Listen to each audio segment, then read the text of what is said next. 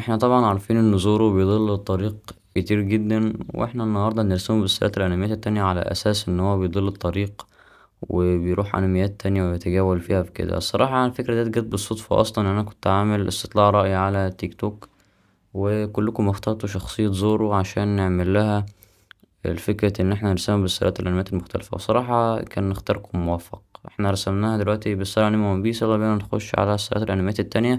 وطبعا هسيبلكوا بتاع 3 4 ثواني كده عشان تشوفوا انا برسمه بالسلسلة انمي مين. وده طبعا يعني انمي مشهور جدا. سيبك كده بتاع 5 6 ثواني، اكيد انت عرفته يعني بما اني جريت الفيديو شوية. ايوه، هو ستايل انمي دراجون بول. وفي الرسم ديت انا ارتكبت خطأ يعني ملحوظ جدا. شعر زورو صغير، انا بقى عملت شعره زي اللي هو المعظم اللي في دراجون بول بيبقى شعره طويل وكده. فافتكرت انه يبقى شعره لما يبقى يعني طويل يبقى حلو، بس للاسف يعني طلع ايه، شكله وحش خالص.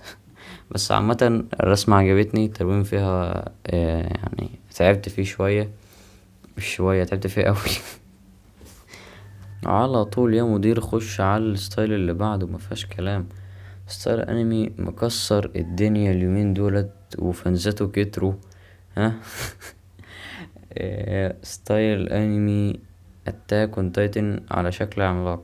محبتش برضو اللي انا اخليه على شكل او هيئة البشر كده. حسيت ان عملاق هيديه شكل افخم واحلى. وخصوصا يعني ان زورو لما دلوقتي جه على انمي اتاك خد قوة العملاق المدرع وبقى الوريث له. دي القصة اللي كانت في دماغي يعني. وبس والله هي دي النتيجة النهائية. اكتبوا لي رأيكم في الكومنتات. أنا عن نفسي استمتعت جدا وانا برسمها. ننتقل للستايل الانمي اللي بعده، وهو ستايل انمي برضو كل شوية اعرفكم بالكلمة ديت اللي هي كلمة ستايل انمي معروف جدا. مش عارف ايه.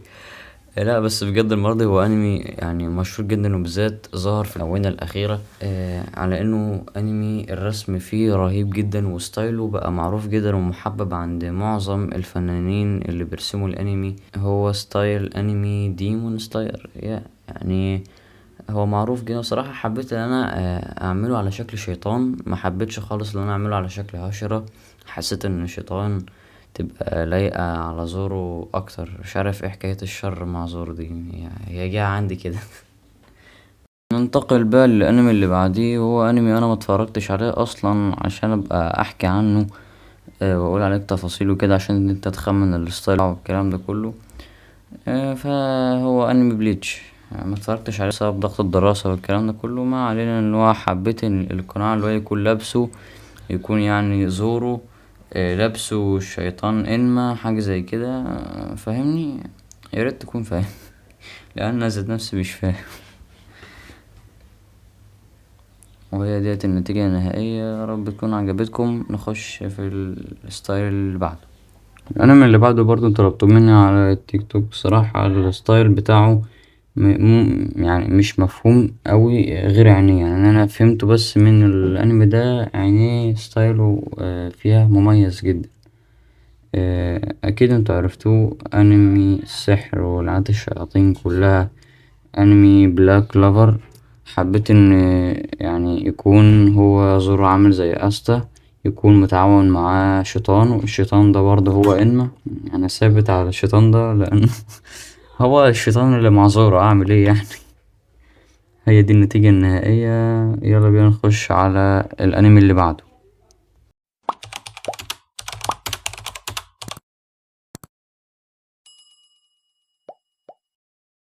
وان هو طويل، وحتى ستايل اللبس نفسه ستايل لبس جديد ويعني انيق كده، فاهم يعني. وستايل مشهور جدا الفترة دي. نزل منه بارت 2 انا لسه ما شفتهوش، يبقى انصحوني كده اشوفه ولا لا.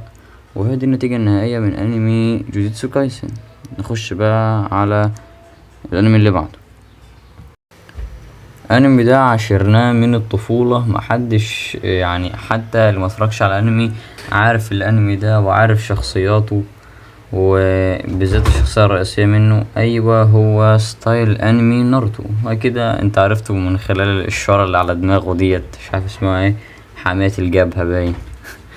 ما علينا، هي دي النتيجة النهائية. يلا بينا نشوف الانمي اللي بعده. انا اظن ان ديت يعني معروفة من قبل ما اتكلم اصلا، يعني ده يعني راسه البيضة واللمعة اللي فوق ديت مش بيشبهولك بحاجة؟ ايوه يا عم، هو ستايل انمي وان بانش مان على شكل سايتا. وخليته بينطق كده بيقول انا عمكم. بصراحة اتلخبطت اوي في البق، وفي وقع عليها مية كده ولخبط شكلها، بس ما علينا، الدنيا مشيت. تعال بقى نراجع على الانميات اللي احنا عملناها ديت. زورو من ون بيس، زورو دراجون بول، زورو في اتاك اون تايتن، وهنا زورو في كيميتسو نو يايبا اللي هو قاتل الشياطين يعني، وهنا زورو في بليتش، وهنا زورو في بلاك كلوفر، وهنا زورو من جيتسو كايسن، وهنا زورو من انمي ناروتو، وهنا عم الجميع كلهم، انا عمكم وان بانش. شوف بالله عامل ازاي. انا عن نفسي اجمد واحدة عجبتني فيهم وهي وان بانش مان. يا جدع في ايه غيره يعني؟ طب والله شكله جامد. وبكده احنا خلصنا تحدي النهاردة. تخيل ان انا قعدت اسبوع كامل او اكتر كمان من اسبوع ان انا اعمل ده كله، والله يعني كان اسبوع. المهم ما ننساش تعمل لايك وتكتب لي في الكومنتات لو عندك اي تحدي وبس. والله متنساش اللايك والاشتراك في القناه وتفعيل زر الجرس عشان يوصلك كل شيء جديد. كان معاكم محمد ذكري، سلام عليكم.